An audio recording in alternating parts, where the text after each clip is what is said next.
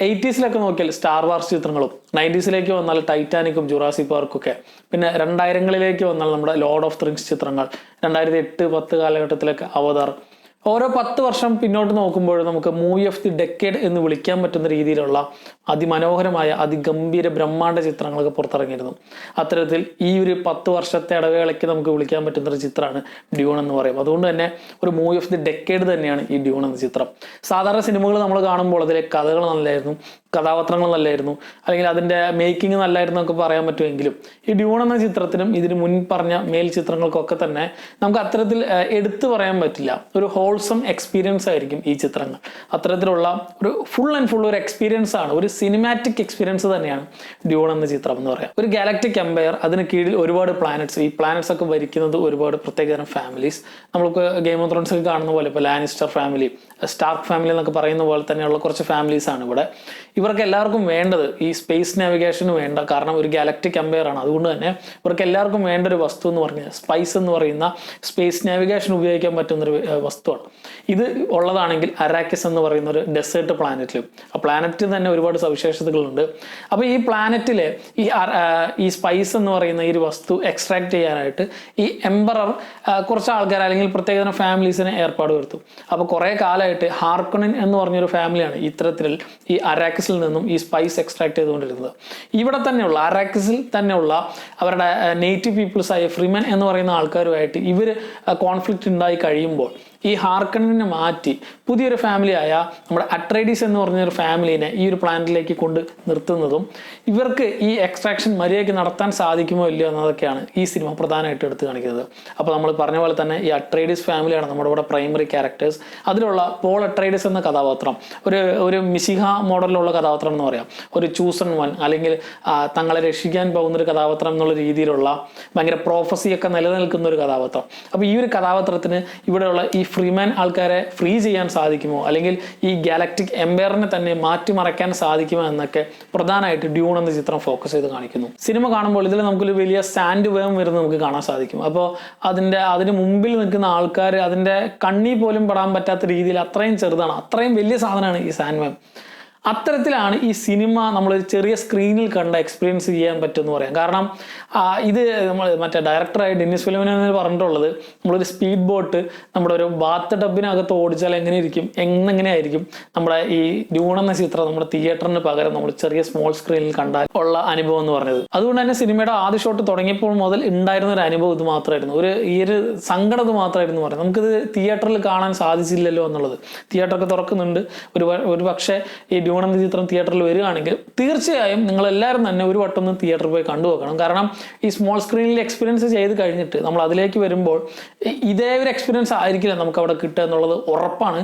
കാരണം ഇതിലെ ഇങ്ങനെ കോരിത്തെരിച്ചു പോയി. അപ്പം അതിലൊക്കെ കണ്ടാൽ പ്രത്യേകം എടുത്തു പറയേണ്ട ആവശ്യമില്ല എന്ന് പറയാം. ഒരുപാട് സൈഫൈ സീരീസുകളും സിനിമകളൊക്കെ നമ്മൾ ഓൾറെഡി കണ്ടതാണ്, വലിയ വേൾഡ് ബിൽഡിംഗ് ഉള്ള പല കാര്യങ്ങളും നമ്മൾ ഓൾറെഡി കണ്ടതാണെങ്കിലും ഡ്യൂണിൻ്റെ കാര്യത്തിലേക്ക് വരുമ്പോൾ അതിൻ്റെ ഒരു യൂണീക്നെസ് ഉണ്ട്. ഇപ്പോൾ ഇതിലെ ഫാമിലീസ് ആണെങ്കിലും ഇതിലെ ക്യാരക്ടേഴ്സ് ആണെങ്കിലും ഇതിലെ ആ പ്ലാനറ്റ്സ് ഒക്കെ ആണെങ്കിലും ഒരു പ്രത്യേകതരം യൂണീക്നെസ് നിലനിർത്തുന്ന ഒരു സിനിമയാണ് ഡ്യൂൺ. അതുകൊണ്ട് തന്നെ ഈ ബുക്ക് വായിച്ചിട്ടുള്ളവർക്ക്, ബുക്കിൻ്റെ അഡാപ്റ്റേഷൻ ആയതുകൊണ്ട് തന്നെ പെട്ടെന്ന് അവർക്ക് ഫാൻ ഫേവറേറ്റ് ആയ ഒരുപാട് കാര്യങ്ങൾ ഉണ്ടെങ്കിലും ജനറൽ ഓഡിയൻസിന് ഇതൊന്നും പെട്ടെന്ന് കത്തിയെന്ന് വരില്ല.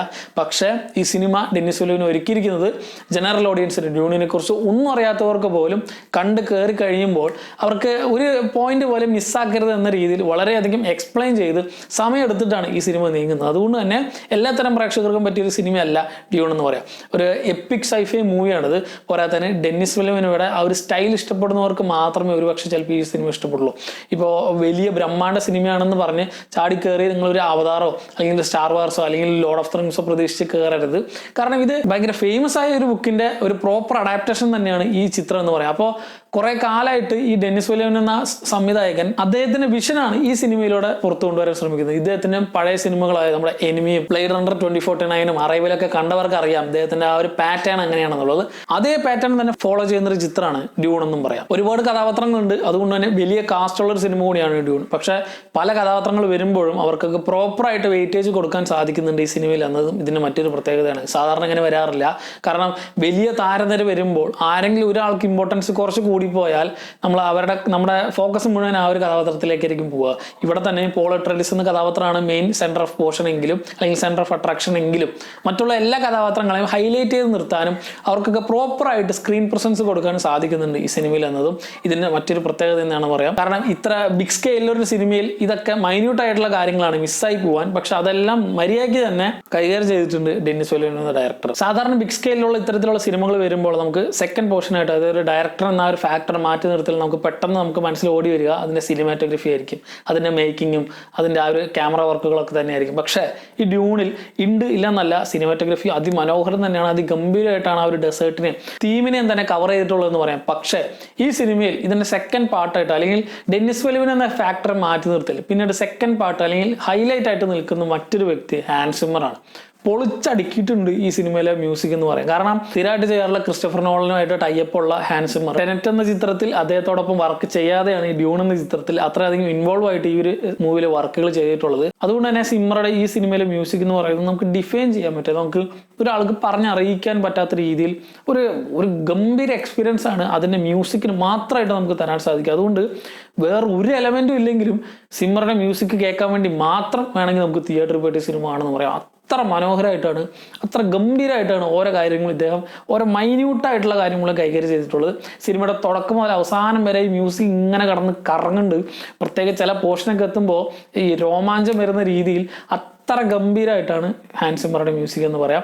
പോരാത്തതിന് മേക്കിങ്ങിലേക്ക് വന്നാൽ ഇതിൻ്റെ സിനിമാറ്റോഗ്രഫി ഞാൻ ഈ പറഞ്ഞ പോലെ തന്നെ എന്താണ് ഒരു ബിഗ് സ്കെയിൽ സിനിമയ്ക്ക് വേണ്ടത് അതിൻ്റെ എല്ലാത്തരം കാര്യങ്ങൾ ചെയ്തിട്ടുണ്ട്. സെറ്റ് ഡിസൈനിലായാലും അതിൻ്റെ ആ ഒരു ഓവറോൾ കളർ ഗ്രേഡിങ്ങും അതിൻ്റെ ലൈറ്റിങ്ങും എല്ലാം തന്നെ അതിമനോഹരം. ഒരു ഓവറോൾ സിനിമാറ്റിക് മാസ്റ്റർ പീസ് എന്നൊക്കെ നമുക്ക് വിളിക്കാൻ പറ്റുന്ന ഒരു എപ്പിക് സൈഫൈ മൂവിയാണ് നമ്മുടെ ഡ്യൂൺ എന്ന ചിത്രം. ഇനി ഒരു പക്ഷേ അടുത്തൊക്കെ തിയേറ്റർ തുറക്കാൻ പോകുന്നുള്ള വാർത്തകളൊക്കെ കേൾക്കുന്നുണ്ട്. തിയേറ്റർ തുറക്കുകയാണെങ്കിൽ ഡ്യൂൺ അതിൽ വരികയാണെങ്കിൽ എല്ലാവരും ഒരു വട്ടെങ്കിലും ഡ്യൂൺ തിയേറ്ററിൽ പോയി കണ്ടു നോക്കണം എന്നാണ് എൻ്റെ അപേക്ഷ. ഞാൻ തീർച്ചയായും പോയി കാണുന്നുള്ളത് ഉറപ്പാണ്. അപ്പോൾ ഡ്യൂൺ എന്ന സിനിമ ഓൾറെഡി നിങ്ങൾ കണ്ടവരാണെങ്കിൽ സിനിമയെക്കുറിച്ചുള്ള നിങ്ങളുടെ അഭിപ്രായത്തിൽ നിന്ന് താഴെ കമന്റ് ബോക്സിൽ ഉൾപ്പെടുത്തുക. മറ്റൊരു വീഡിയോയിലൂടെ വീണ്ടും കാണാം. നന്ദി.